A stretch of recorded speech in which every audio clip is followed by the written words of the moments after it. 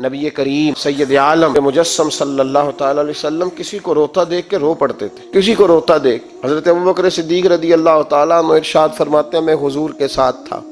میدان سے ہم گزر رہے تھے تو ساتھ ہی ایک آگ تھا، وہاں بڑا رش تھا، لوگ بڑے اکٹھے تھے، بہت سارے لوگ جمع تھے۔ نبی پاک صلی اللہ علیہ وسلم نے فرمایا ابو بکر پتہ کرو کیا ہوا۔ اب صدیق اکبر رضی اللہ تعالیٰ عنہ شریف لائے اور واپس جا کے عرض کرنے لگے یا رسول اللہ صلی اللہ تعالیٰ علیہ وسلم ایک اونٹ پاگل ہو گیا، لوگوں کو کاٹ رہا ہے، لوگ اس کو گرفتار کرنے کی کوشش کر رہے ہیں، کسی کے ہاتھ میں ڈنڈا ہے، کسی کے ہاتھ میں رسا ہے، کسی کے ہاتھ میں نیزہ ہے، قابو نہیں آ رہا۔ نبی پاک صلی اللہ علیہ وسلم نے فرمایا چلو میں چلتا ہوں۔ حضرت صدیق اکبر عرض کرنے لگے یا رسول اللہ صلی اللہ علیہ وسلم وہ پاگل ہو گیا، وہ کاٹتا پھر رہا ہے، آپ مہربانی کریں، وہ تکلیف دے گا۔ فرمایا ابو بکر مجھے جانے دو۔ اب صدیق اکبر فرماتے ہیں نبی پاک صلی اللہ علیہ وسلم تشریف لائے اور حضور جیسے ہی کھڑے ہوئے نا اونٹ حضور کی طرف بھاگا، نبی پاک کی طرف لپکا، وہ بھی ڈرنے لگا، اتنے لوگ تھے پریشان ہونے لگے، بڑا آیا اونٹ، ہم سب پریشان تھے لیکن محبوب کے چہرے پر بڑا ہی اطمینان تھا۔ فرماتے اونٹ دوڑا آیا، آ کے اس نے حضور کے قدموں پہ سجدہ کیا، اور جناب صدیق اکبر فرماتے ہیں اس نے حضور کے کان میں کچھ کہا تو نبی پاک کی آنکھوں میں آنسو آ گئے،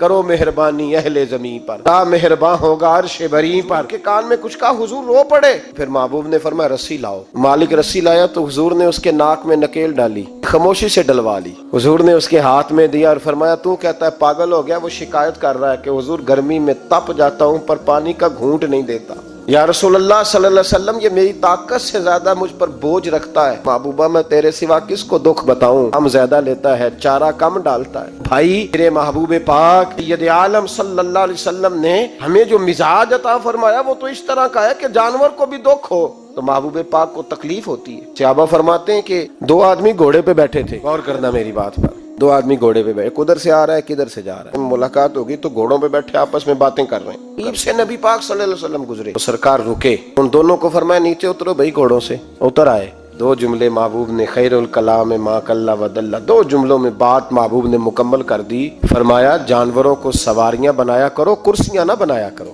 سواریاں بنایا کرو، انہیں کرسیاں، بیٹھنا ہو تو نیچے اترو، کرسی پہ بیٹھ کے بات کرو، سواری کے لیے، ان کے اوپر بوجھ اس وقت بنو جب تم نے سفر کرنا ہے، تم بوجھ بن گئے۔ تو محبوب یہ عالم صلی اللہ علیہ وسلم اتنے جذبات رکھیں کہ کسی آدمی نے جانور کو کھڑا کر کے صرف سواری کر لی، محبوب تو اسے منع فرمائے، یہاں جیتے جاگتے لوگوں کا رستہ روکیں۔ نبی کریم سید عالم صلی اللہ علیہ وسلم نے فرمایا اللہ نے میری برکت سے ساری زمین مسجد بنا دی ہے، جہاں نماز پڑھو گے اللہ قبول فرما لے گا، لیکن فرمایا رستوں میں نماز نہ پڑھنا، گنے گزرنا ہے، رستوں میں شارع عام پر نماز کی نیت باندھنے کی اجازت۔ امام غزالی رحمۃ اللہ تعالی علیہ حقیقت میں، تصوف میں، منطق میں، فلسفے میں، حدیث میں، تفسیر میں ہر جگہ امت کی رہنمائی کرنے والی شخصیت۔ امام غزالی رحمۃ اللہ علیہ وصال کر گئے، ایک آدمی آپ سے بڑی محبت کرتا تھا، مجھے امام صاحب خواب میں ملے، میں نے کہا حضور انتقال کے بعد آپ پہ کیا گزری؟ تو فرمانے لگے میں نے اپنے رب کو بڑا ہی کریم پایا ہے، میں نے اپنے مالک کو بڑا ہی مہربان پایا ہے، وہ بڑا معاف کرنے والا ہے۔ فرمانے لگے